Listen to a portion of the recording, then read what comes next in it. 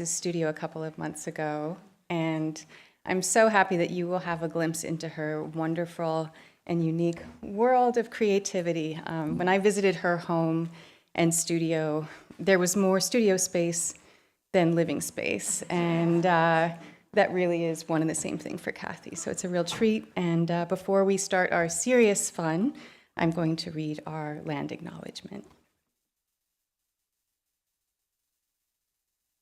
We acknowledge that the land on which we gather is within the Aboriginal territory of the Suquamish people of the clear salt water, Suquamish people.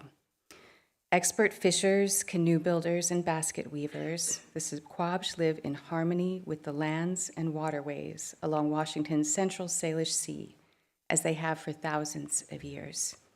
Here, the Suquamish live and protect the land and waters of their ancestors for future generations, as promised by the Point Elliott Treaty of 1855. We pay respects to their elders, past and present. Here's Kathy.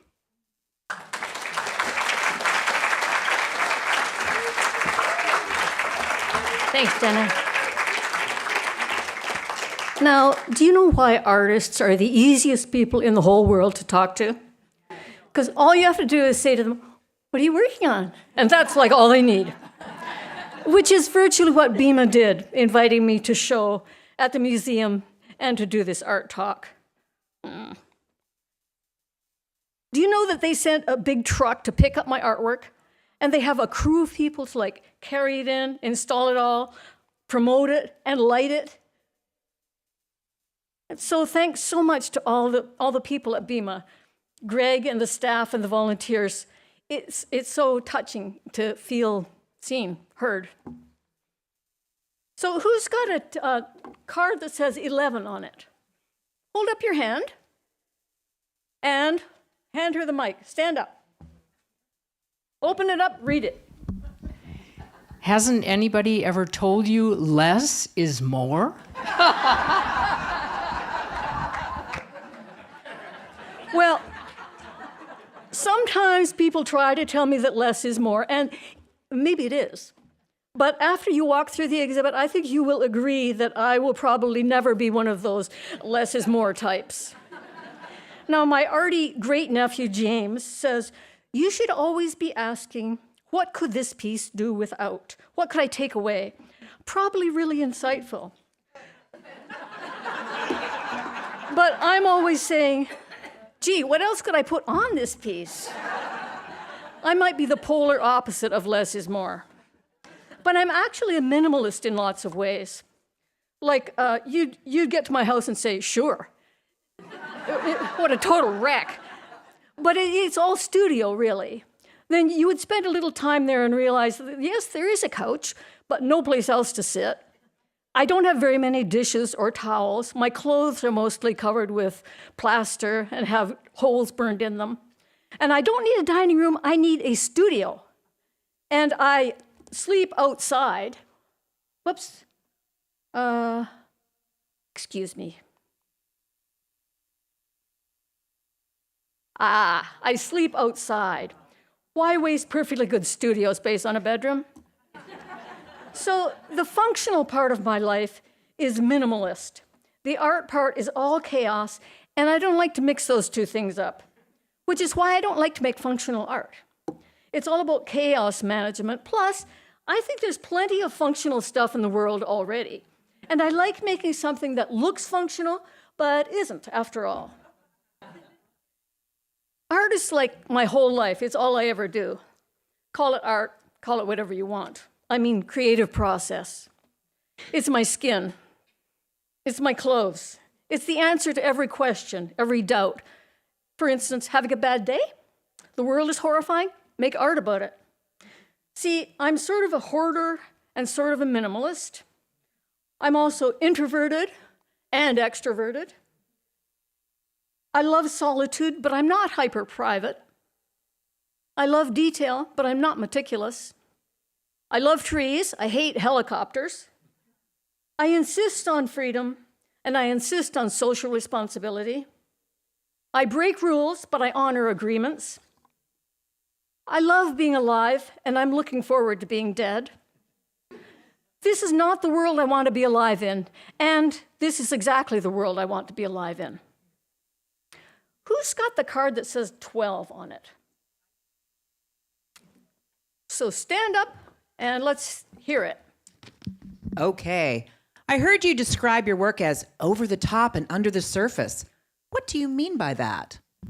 Now, Carrie knows exactly what I mean by that. Because she's the director at Fogue Studios and Gallery in Georgetown, where I had a show by this very title last year. I'll humor her, though. Now, as you know, Carrie, on the surface, my art looks pretty detailed, even decorative, even cute sometimes, the essence of over the top. So that's on the outside. And that's far enough in for a lot of people. And really, I do make some art that dead ends right below the surface. But my favorite work doesn't really stop there. Usually there's a lot of hidden detail, secret compartments, backstory. Then I might lose people at the blood and guts level, way in there.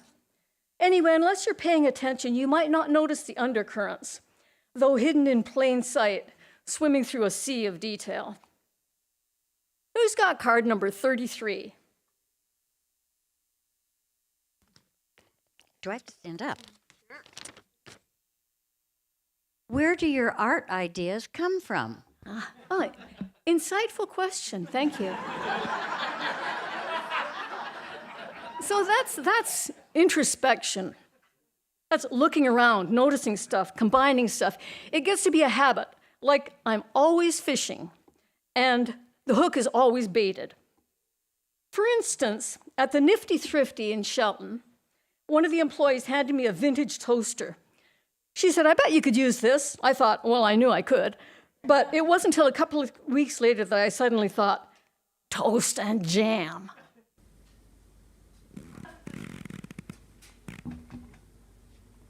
See, that says, "Is the world toast?" This is in Cynthia Sears' book art collection, by the way. See the fire and flood, right? This fossil fuel jam.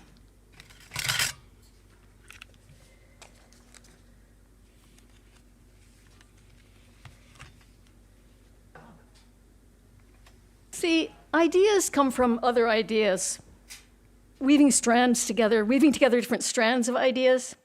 For instance, in a church in Oaxaca, Mexico, I saw this amazing relief sculpture of a tree, all the branches ending in the torsos of saints. So I love that morphing of people and trees. I'd like to morph into a tree myself, which I guess is where I got the idea to put reading people on the branches of my tree. Oh, who's got number 45?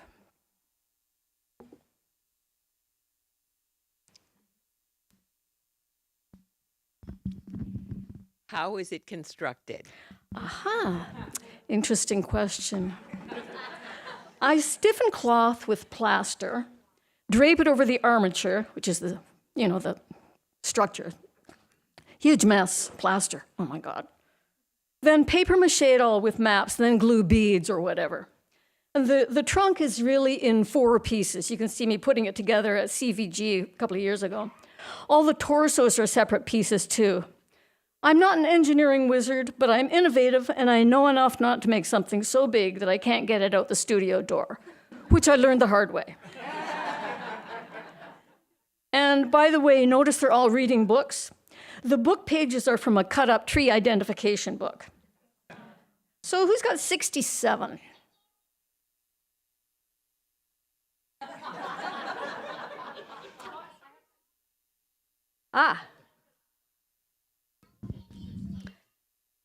So how long did it take? 75 years. Actually, this is the most common question I ever get. I'm not sure painters get this question. Odd, isn't it? Anyway, this piece might have taken a couple of months, but what does the question really mean?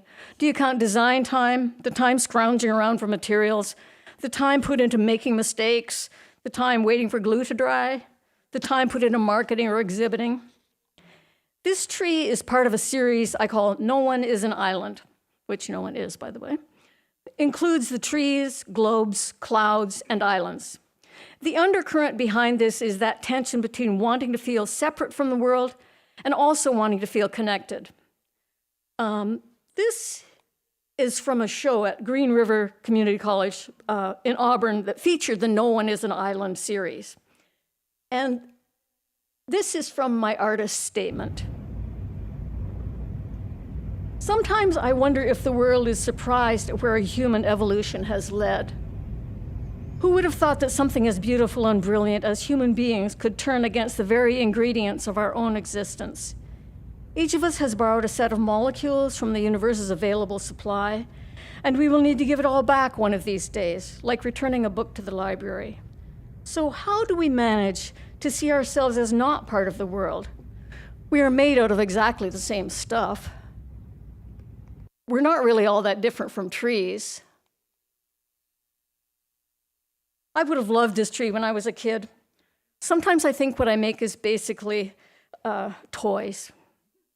Like I'm trying to please a 6-year-old part of myself.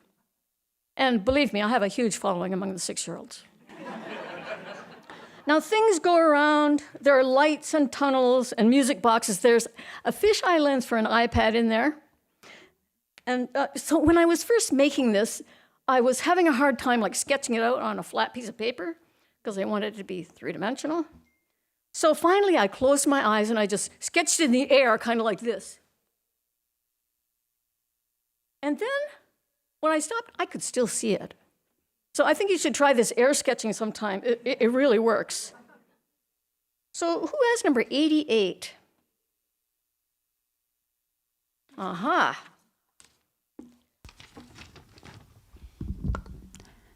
What is this tree made out of? Oh, I'm glad you asked that. Because I cut up cookie tins, lunchbox tins. Sometimes I use roof flashing. It's a copper foiling process like they use on stained glass. And then I solder it all together.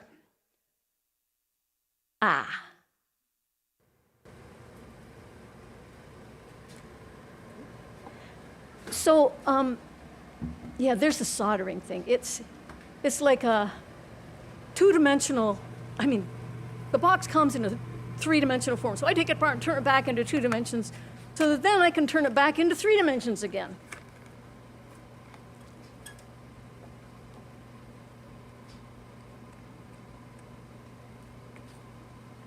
This is why I burn myself and cut myself all the time.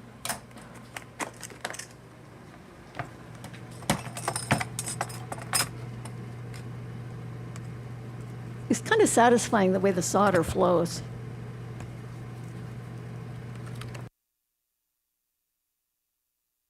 This is an important part of working in tin. Really important. So who's got number 91? Can you bring a microphone? Wait for the microphone. Where do you get all this stuff? Funny you should ask that. Marnie just told me that she actually brought some with her to this thing. So could you bring those up here, please? Let's see what you've got. I've only got like 5 million tins, but, I'm always curious what else is out there. Not Marnie. That's mine. Okay, you ready? I haven't seen it yet. Ooh. Oh. Ooh.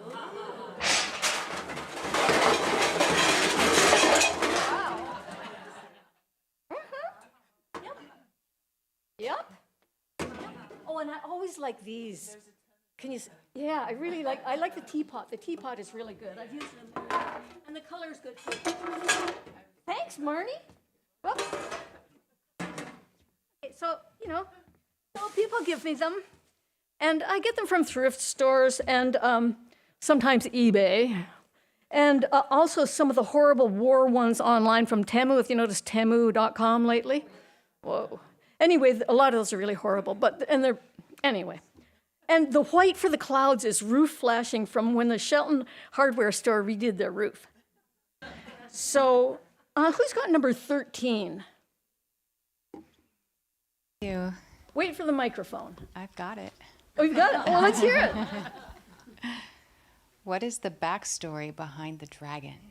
Now, you might notice the propellers on this dragon. That's because it's partly an airplane, a combination of a dragon and a bomber, which drops not bombs, but toys and books and food on the bomb site, which is the archipelago below, which you probably saw in there. It's a more humane kind of bomb to drop, don't you think? It would work out better all around. It's even a compromise because it gives a little something to the guys who are just dying to bomb something. Because obviously it could have been cluster bombs. It would make you look just as tough, but also as if you somehow had a heart. And you wouldn't end up pissing off the broken-hearted people whose children just got blown up. I don't see why nobody ever thinks of this. So who's got number 44?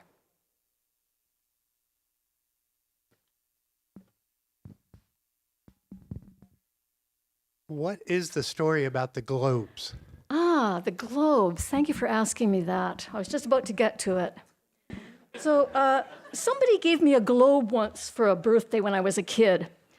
I loved it. I used to set my globe and my doll Jimmy on the chair by the window and to take with me in case of fire. I was very scared of fire when I was a kid. I still am, really. The farmhouse where I grew up caught fire several times. The back steps, a hot plate in the bedroom, a towel over the heater in the bathroom, the entire kitchen, then later a house fire in 2006, a forest fire in 2014.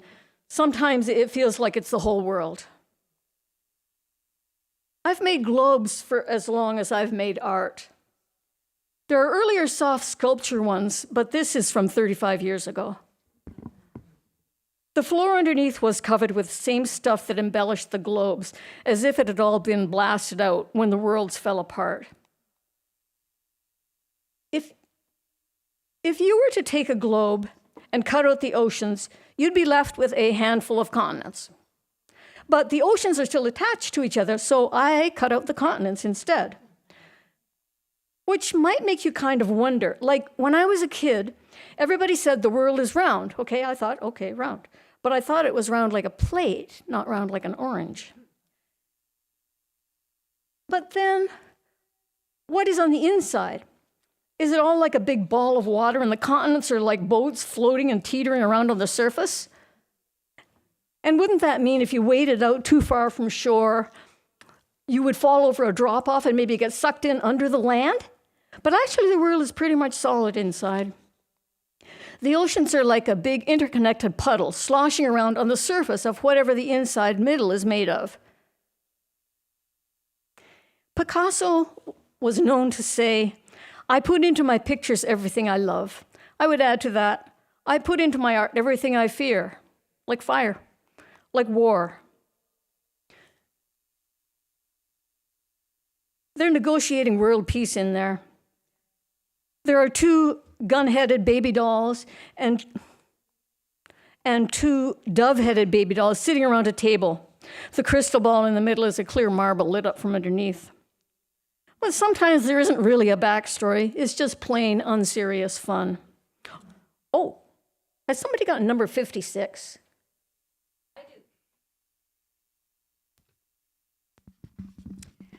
What are the chairs all about? The chairs. Well, this is a series called Musical Chairs with Enough Chairs. The book and the video to follow are from an installation I put up in Anacortes a couple of years ago. In the traditional version of musical chairs, the music pauses and 10 littles scramble for a place to sit, but only 9 chairs. So one of the smalls is left standing. The bigs then remove another chair. The music starts up and the 9 smalls mill around nervously. Then the music stops and another is unable to find a seat. This continues until the most agile and aggressive among them claims the last chair and wins. The littles won't be putting up with this indefinitely. Sooner or later they will ask, who made up this story? Why aren't there enough chairs? Eventually, because this is how the game is played, won't be a good enough answer anymore. In my version of musical chairs, there are enough for everybody, extra chairs even, for the smallest, slowest, most mild-mannered of us. The question is, if there really are not enough chairs to go around, how do we want to deal with this? By forcing the smallest to fight each other for a seat at the table? Notice the bigs seem to have enough chairs. But do we like to live in a world in which the littles don't? So I set the turntables and the ragtime music on a timer so that there are short pauses regularly, just as in the game of musical chairs, only not so mean. And this is about social justice in general. Not just enough chairs, but enough food, enough shelter, enough health care, enough cake.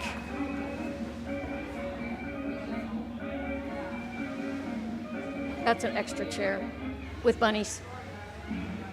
There's an extra chair with enough pie.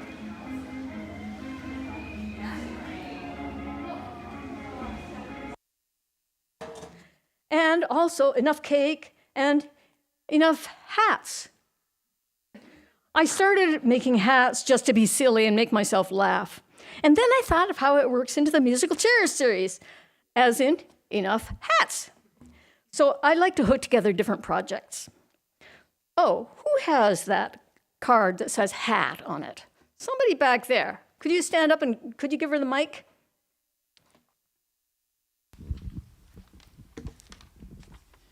Can you wear all the hats? Well, only sort of. The hats and hairdos are designed to be worn, but only for long enough for you to take a selfie. They're really heavy and uncomfortable. The models are happy to put them on, and a few minutes later, even happier to take them off. Now, notice I worked in a globe. I always do. Plus, I've always liked those pink flamingos. I never pass by one in a thrift store, but I would not take them from people's lawns. I made some hairdos too. On the right, that used to be a kid's ruffled skirt. I really love ruffles, though I wouldn't be caught dead wearing them. Then, okay, I made a hat for 2 people. Could I have a couple of volunteers, please? Oh, okay, please come down here. Anne, would you please assist? So, yes. Now, this is a hat for 2 people.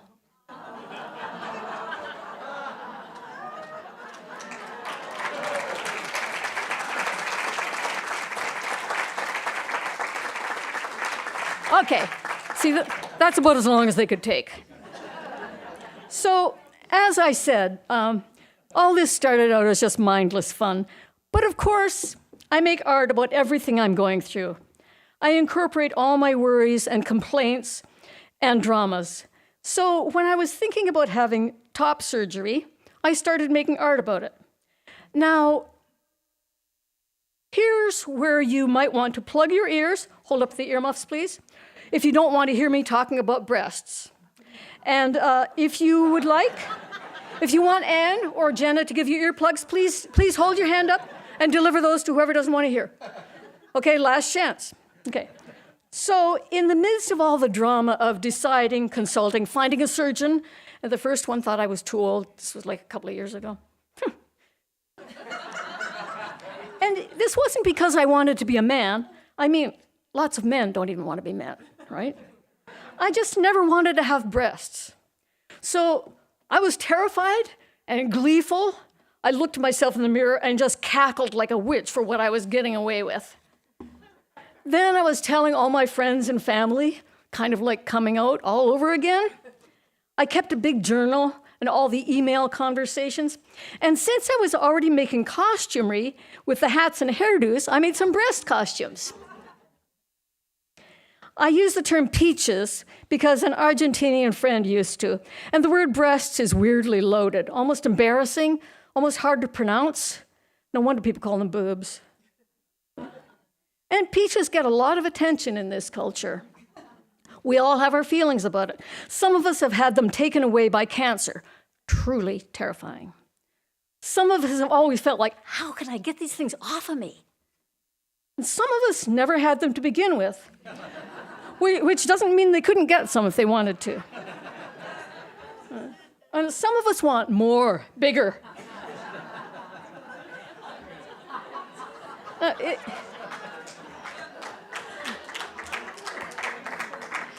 It sort of looks like I'm trying to be funny, and I am. But I'm also serious about the disrespect and abuse breasts get in this culture. Know how breasts are called bazookas? Disrespectful, right? Notice the ones on the right are beaded guns. On the left, the text strips hanging down there are full of insulting or descriptive terms for peaches. Whether or not top surgery is part of a gender-affirming process, it calls up gender and trans issues. And when you start talking about peaches in this culture, you are inviting in all those undercurrents of love, hate, obsession, rage, fear, ridicule, shame. Some of us want peaches so much. Some of us want them so little.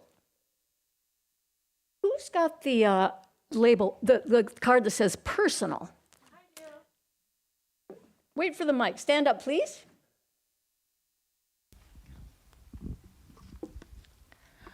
Why are you exhibiting something so personal? Yeah. Art is personal. It's all blood and guts underneath. I'm making the Peach series because I make art about all my dramas, and because I'm curious. How are people going to see purposeful top surgery? Maybe a huge insult to the breast cancer survivors, or even to people who really like their breasts. Or an insult to the trans community because I got on the currently quasi-available trans train but got off at the first stop. Will the Buddhists think I should just have accepted my ongoing peach dysphoria?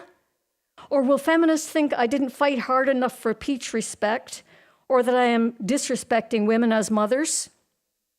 And by the way, I'd love for you to read the book, but it is kind of a hard read, very personal, and also look out for bloody surgery photos.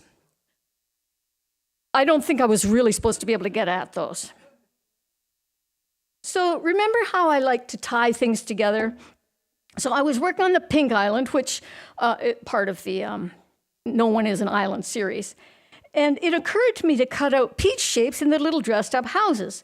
Well, I did think about it because that was going to make it unsaleable. But it connected my two series. And anytime you portray torsos, you're making a choice about how to portray breasts, right? And by the way, I made this way before the Barbie movie, but I have a bad feeling a Barbie might have poisoned it. This is the Peach March for Peace and Justice, brought to you by the Peach Liberation Front. And notice the marchers are all vaguely breast shapes, and notice all the protest signs. Plus, there's leaflets all over the ground. I purposely worked in tin and beads and maps and found objects just to see if I could do it all. More is more, right? Then I made some costumes that include everything but the peaches. You were meant to stand behind it and have your picture taken with your face showing through. Also, your peaches or ex-peaches or lack of peaches showing through too. In the early stages, I really liked the drape of the fabric on this one. It had a nice shape that I liked too. So I did two versions. First, I used the form, the thing that I built first, as a temporary armature to build a tin one on, which was really difficult at this scale. Ugh. Then I built a new wood and pipe structure to put the tin one on, which freed up the original form, which I then mapified and beaded. Oh, and by the way, now you can unplug your ears, okay? Anybody that was. And then, since I seem to be into making unwearable costumery, I applied that to the Shut Up series too. This is a Shut Up outfit. You can't sit in it. You can't wear it, but you can stand behind it and have your picture taken. It's also an extra chair for the musical chairs series too, as in Enough Quiet. Oh yes. Yes, Anne, could I please have a volunteer? That would be you, Anne. This is the Shut Up outfit. Could we have a little light on Anne for this? And would you stand up on the stage so they can really get the idea?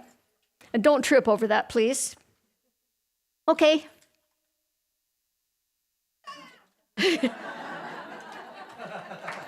Okay. And who has the thing that says, uh-oh? Okay. I'll just project. Okay, do it really loud. All right, so what is this? Yeah. Well, nobody seems to know this, but the soundscape is a commons, like air, like water. You can't just dump mercury into the river. So can't we have some agreements about noise pollution too? Just once in a while, couldn't we have a day off helicopters, leaf blowers, trucks, dirt bikes, lawnmowers, planes, and target practice? Yeah. When did we sign off on all this noise? I'm going to write "shut up" on my roof in huge letters. I like to get up before dawn so I can sit in my thinking spot in the woods for a couple hours while the planes and helicopters are still at home in their pajamas, eating their Cheerios and drinking coffee to rev themselves up for the day's noisy infringements. Now, who's got a card that says quiet?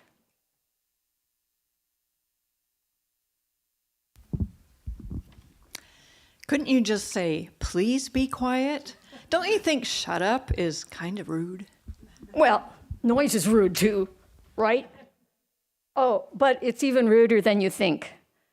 Now, plug your ears again for a minute if you don't want to hear what is commonly thought of as a swear word, all right? Some of the text says shut the fuck up on it. But I made little asterisk pieces so I can cover up the fuck in case I want to show this in a place where people are more tender-hearted than this group is. Weirdly, I've started really liking these loud toys. The trucks and helicopters and vintage motorcycles. My tin friend Jenny gave me a couple, and now I'm always scrolling through eBay for them so I can turn them into dragons. And by the way, the Shut Up series is traveling to Corvallis, Oregon sometime next year. See, the problem with trucks and planes and motorbikes is the motor, right? They need an alternate way of getting around. This truck is morphing into a dragon. See, no motor, hence quiet. And no gas, so they don't contribute to climate change. I like dragons anyway. Maybe it's because of my distant hippie past. This is one of my favorite dragon pieces. See, it's one of the islands from No One is an Island. I'm sorry the photograph doesn't get there, but. So there's a village on top and a dragon upside down under it. The story is, you might wade out too far into the water and fall off the edge.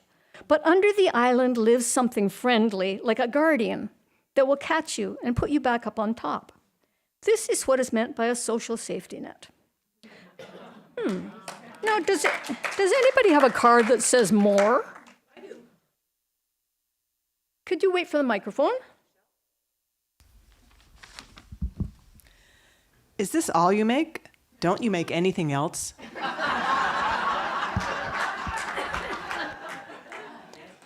Now, haven't you ever thought eating is a sculptural process? That's why it's hard to give somebody a bite of your apple. They might mess up your design. And I like monoprinting too.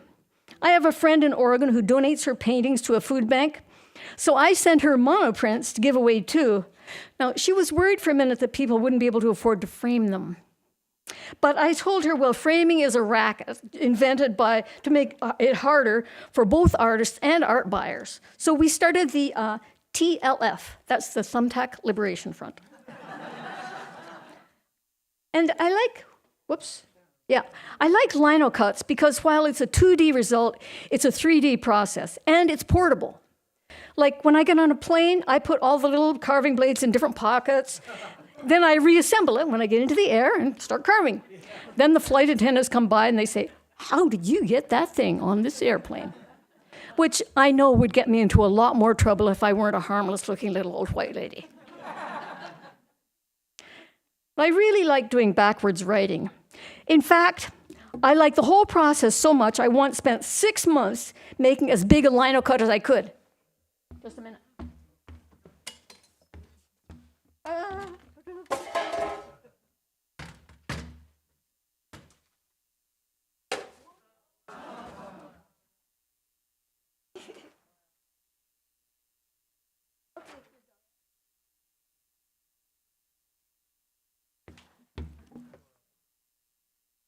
I do some drawing too, now and then. For instance, this picture on the right, my dentist says she works on her own teeth. So I drew this picture for her. Now, I have a few dramas about my teeth, don't we all?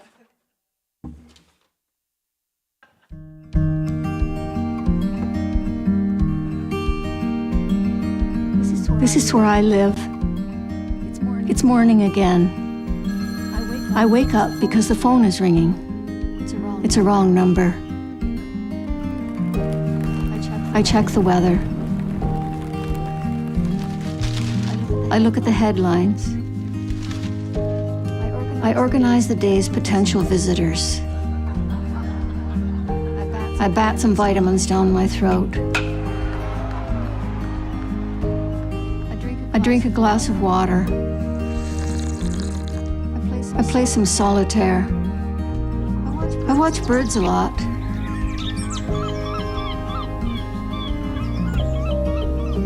I wish I could fly. Sometimes I dream I can fly like a dragon. I would like to fly away. I'm scared of my teeth. I don't think they like me very much. Sometimes they bite me. I would rather live in a house that liked me better.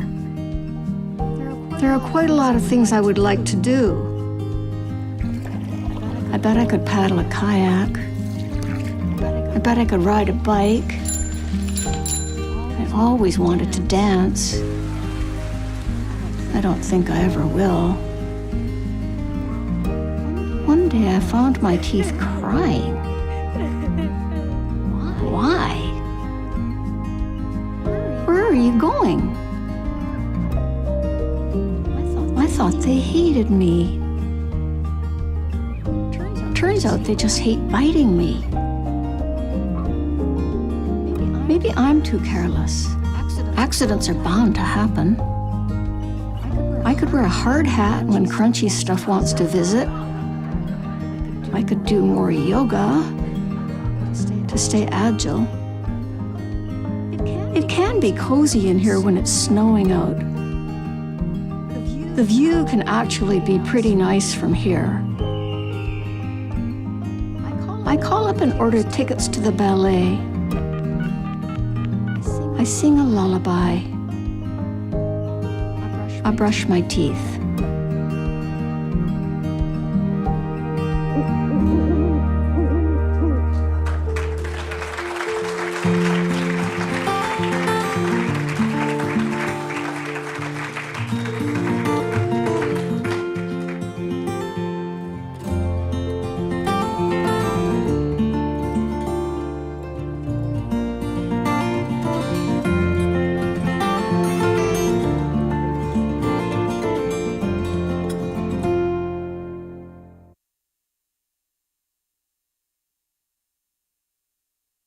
I turned it into a book, too. More books here, including acres of lino cuts and drawings. I write a lot, too. Now, the thing with the clothing labels started because they are so itchy, I'm always ripping them out of my T-shirts. And really, that turns them into a found object with a bit of a kick. I suddenly thought of that one day. I thought, wait a minute. So, who has a thing that says scissors?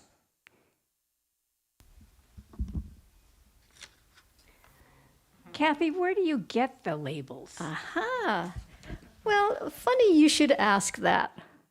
There are some pre-addressed envelopes for you to send me your labels on the table right outside the door.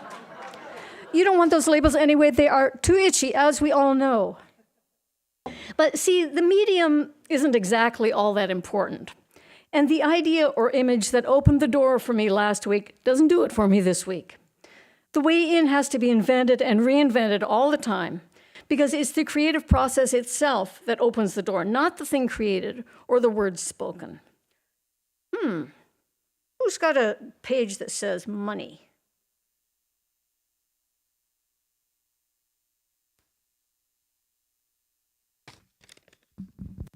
But how have you been making a living all these years?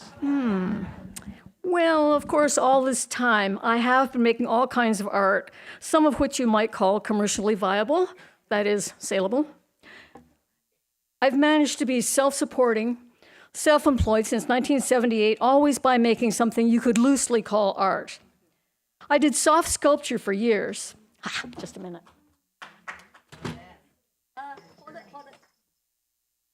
Jeannie Grass, she just brought this to this talk. This is something, I made it 40 years ago. It was part of my bread and butter thing. Anyway, so some of it became my bread and butter work while I was making ceramic and bronze in the other part of my life. I used to send a couple of hundred empty sewing needles to my mom in Toronto every week, and she would send them back threaded. Isn't that great? I figure she threaded 70,000 needles for me. But in retrospect, some kind of miracle that I never had to have an actual job. I've exhibited and sold art in galleries, juried shows, museums, shops, the Pike Street Market, art festivals, retail, wholesale, online, offline. I've always run a one-person operation. As much as I didn't want to be an employee, I also didn't want to be an employer. So the tin took over where the bronze left off around 2006. Not any less time-consuming, but nice to be able to work in my own studio. I've always worked in multiple mediums, or is that media? And pursued multiple marketing or exhibit venues. So at one time, I was making dolls and selling them wholesale, making mappified sculpture for art festivals, and selling bronze in galleries. Who has a note that says, kind of?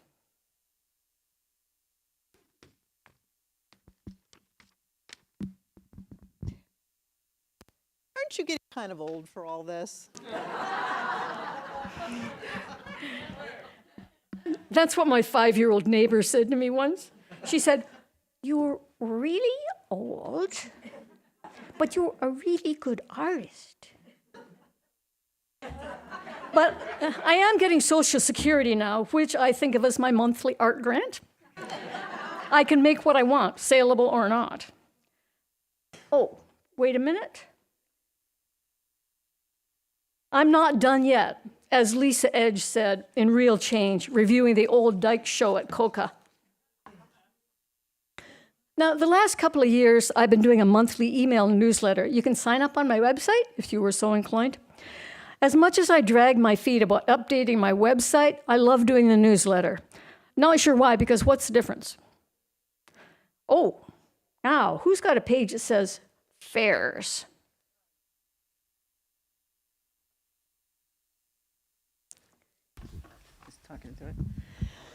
The art festivals were fun, though, weren't they? Yeah, wouldn't you think so? Yeah. The last art festival I did was in La Quinta, near Palm Springs, in March of 2020, just before everything shut down due to COVID. If it had been just a couple of days later, the whole thing would have been canceled. First of all, there was so much snow, I barely managed to get on my driveway. Then I went over the coast route to avoid a 100-mile backup through Eugene. I drove way up and around a huge mudslide near Banning. Then Sonoma was underwater. But on a nice day, you think, gee, this life sure works. In general, I get a lot of positive input. The people who can't relate just walk quietly past. Do you know what people say to me all the time? In these exact words, "I don't have a creative bone in my body." This culture does such a huge disservice making people think that. It is criminal. Now, the people at the art fairs talk to me about their problems: the badly behaved neighbor, the recently deceased parent, the annoying brother-in-law, the imperfect significant other. So besides the art therapy and business coaching, I do a lot of couples counseling, and a little grief counseling. Sometimes there's time for a collaborative drawing with the fan base. But sometimes you wonder, who ever thought up doing outdoor art festivals? This looks a lot like the Salmon Days fair I did in Issaquah one October. It doesn't rain much in La Quinta.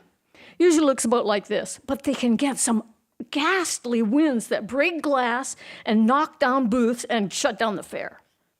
Now, on the plus side, as far as making a living goes, there's quite a bit of scope for invention in a retail business, like art festivals, as long as they don't go too crazy. There are things that people at art festivals can't stand. Dragons, yes. Snakes, no. Blue, yes. Green, no. 3 arms, maybe. 3 heads, no. Do not mess with the head. Plus, no blood and guts, no political commentary, which is strange because TV. I mean, right in the living room, murder, mayhem, and the news itself. Now, surprisingly, Ad Nauseam was kind of a hit in a small way. People are sometimes baffled by my interest in skeletons. Now, the thing is, death and scary stuff exists in the world, whether or not we think we can tolerate it. It's no good pretending it's not there. In fact, it is our lifelong job to deal with the mix of the horrific and the beautiful that life presents. The writer Isaac Dennison said approximately, "You can endure anything if you can turn it into a story." And we do. We do it all the time. We play with the shadow side. What is a football game but pretend war? We invite CSI Miami and Law & Order right into our living rooms. This is obviously pretend murder. We are trying to take the horror out of horror, trying to find some way to accept its apparently inevitable place in our lives. Now, wouldn't you think that the Stephen King fans would be a little more tolerant of maybe a nice little autopsy sculpture? I don't even think skeletons are horrible. I mean, what a contraption. And bones have this nice way of reminding us that we are all made of the same basic components. I wonder what they would have thought of the blood globe, which I call War Won't Bring Peace. Notice the cute little blood houses? I love that combination of creepy and cute. Or this. You could think of those as teardrops if you like it better that way, but it's really blood. I didn't take the war and peace storytellers to art festivals, though I did exhibit them in galleries during that bronze phase. The peace story is here at BIMA, you may have seen it. And by the way, I did my bronze casting at Pratt Fine Arts in Seattle, which is where I first met BIMA's chief curator, Greg Robinson, who was the director at Pratt in those days. Now, this is how the globe piece that's in there, the one that says Lost at Sea, this is how it started out. This is part of the process. So who's got the tag that says negative?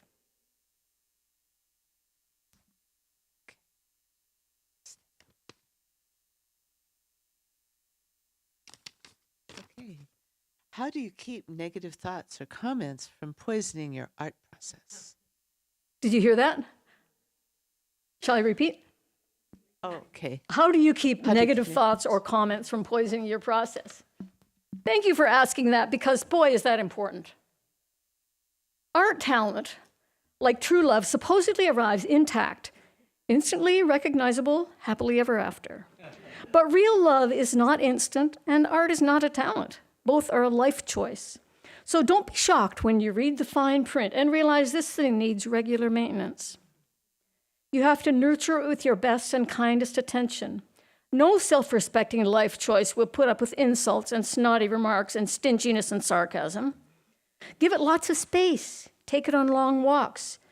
Bring it cups of tea and nice snacks. Give it the best spot in the house. Make it feel loved. Some artists claim to be striving for excellence, but I'm thinking, wow, that would be way too scary for me. Plus, how would you even recognize it once you got there? I do, of course, notice ongoing fluctuations in my confidence barometer. The belief, the doubt, the up talk, the down talk, all just noise. Since I seem to have a choice, I prefer to pay attention instead to the itty-bitty, teeny-weeny, nitty-gritty, stop and go, push and flow, yes and no, micro-decisions of the art process. Would rather trust to the rhythm of the helter-skelter, hit and miss, work and mess, grimy, slimy, the more, the less. The chance fates of curiosity, luminosity, transformation, the upside down, the underneath, the over the top? Who has the note that says next?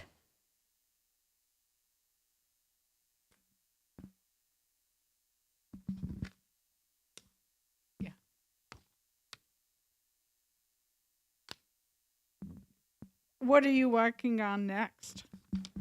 My favorite question. You remembered. So, more shut up. More globes. This is the Galaxy Island. More serious fun. And I'm pretty interested in a potential vomit series. Featuring heads spewing out beautiful swirls of beads, rhinestones, toys, or maybe mapified or made of tin. Themes of purging and regret. Things coming in but going out the wrong way. Who has the note that says surmise? I do.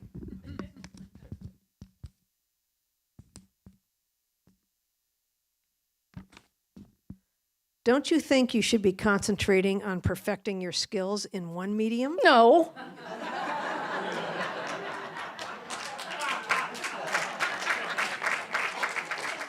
I'm not done. Don't you think that some people are born with creative talents, but most people aren't? No.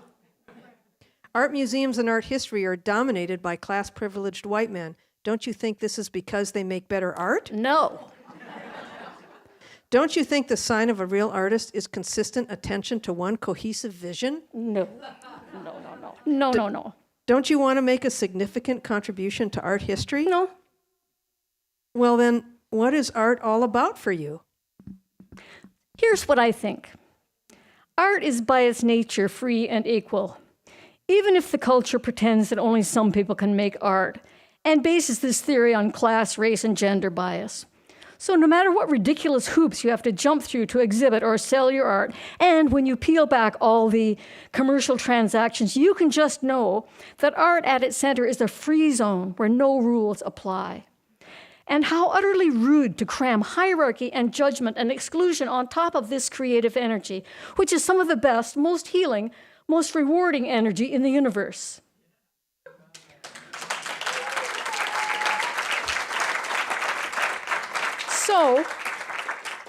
So if somebody is knocking at your front door with a sales pitch about promoting your brand, you can just slam the door in their face and go right out your back door into the limitless free wilderness of your imagination. And this is exactly what I'm trying to protect and promote and share.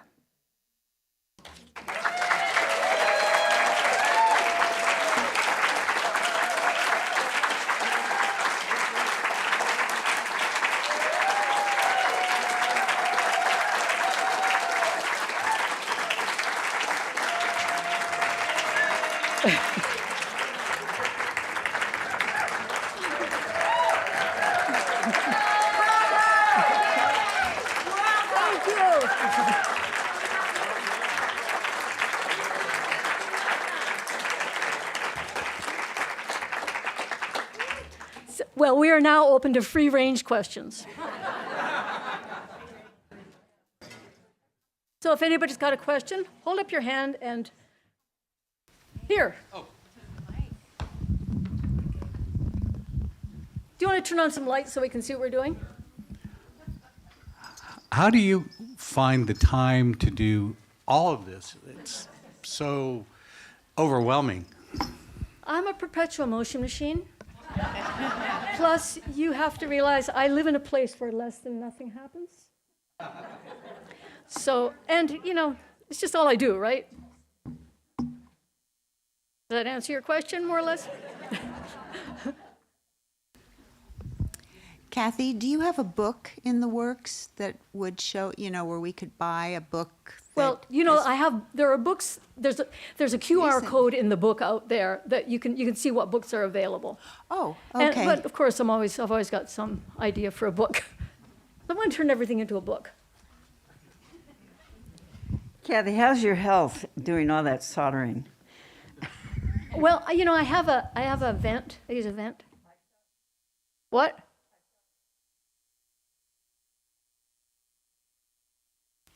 Well, I don't use lead solder. Yeah, seems to be working out. Glue. For glue, there's a glue list on the table out there, by the way. But I lean pretty heavily on Weld Bond, which is so non-toxic. And if I'm going to do something, with like E6000 or epoxy, I like to do that outside or with a respirator on, or both. I mean, I'm fairly sensible about that sort of thing. But I would like to consult with you about flux and solder a little more. I do sort of lean on my my vent system, which I got for 50 cents at a yard sale, but it really works. I've had it for like 20 years. Let's be careful about the glue conversation because it could go on for an hour. Yeah, I'm very into glue. Who said that? I'm big on glue. It. Yeah. Somebody here had a question? I want to know where we can buy your work. Well, sign up for my newsletter and anything that is saleable. And also you can check at Folk Gallery. Carrie, hold up your hand. Look up Carrie. Stand up. Be visible. Hello. And I think she's got a couple of cards. So I usually have something or other there. Can I what? Oh, FOGUE in Georgetown?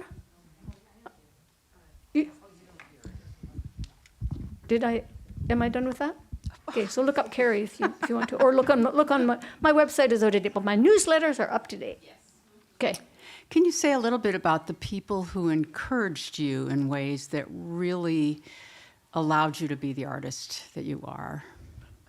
My mom, even though I lived somewhere where art didn't exist, and she certainly wouldn't have thought it was sensible to go into an art field, but she was.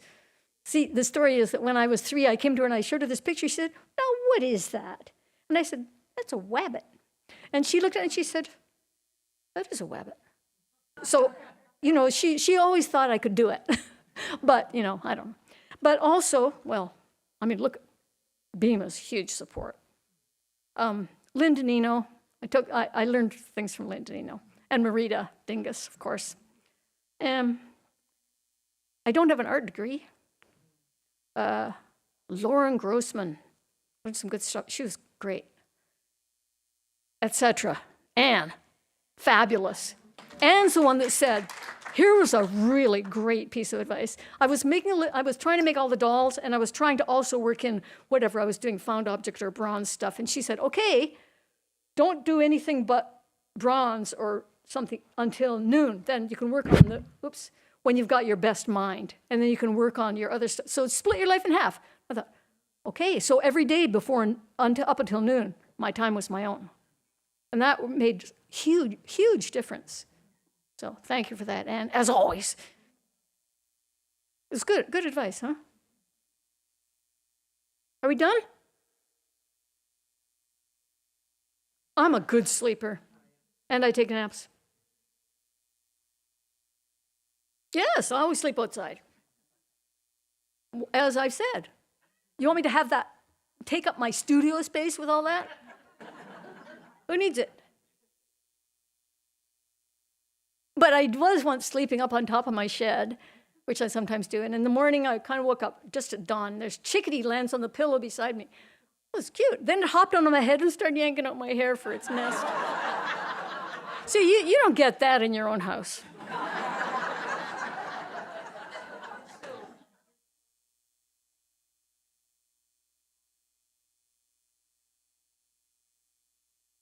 I listen to podcasts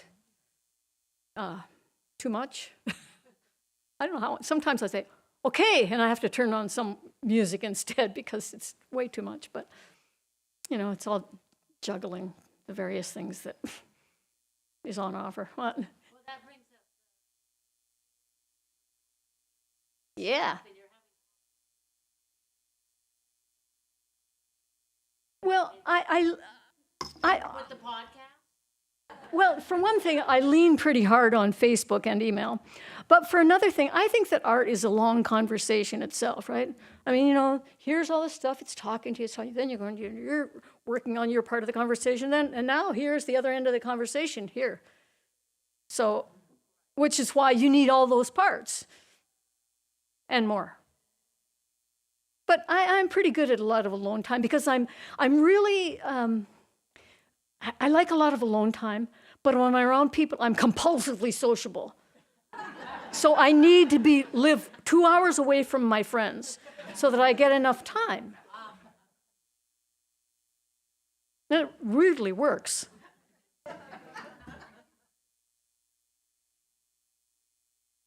No. I mean, sometimes I call up a neighbor when I just can't get this thing into my truck without help. But really.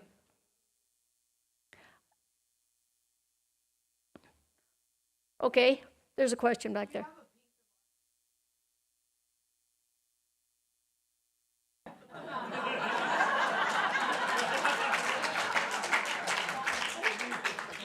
All of the above, right?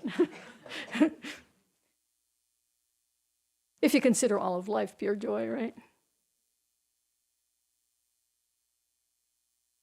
Are we done? Let's go then. Great job. Thank you.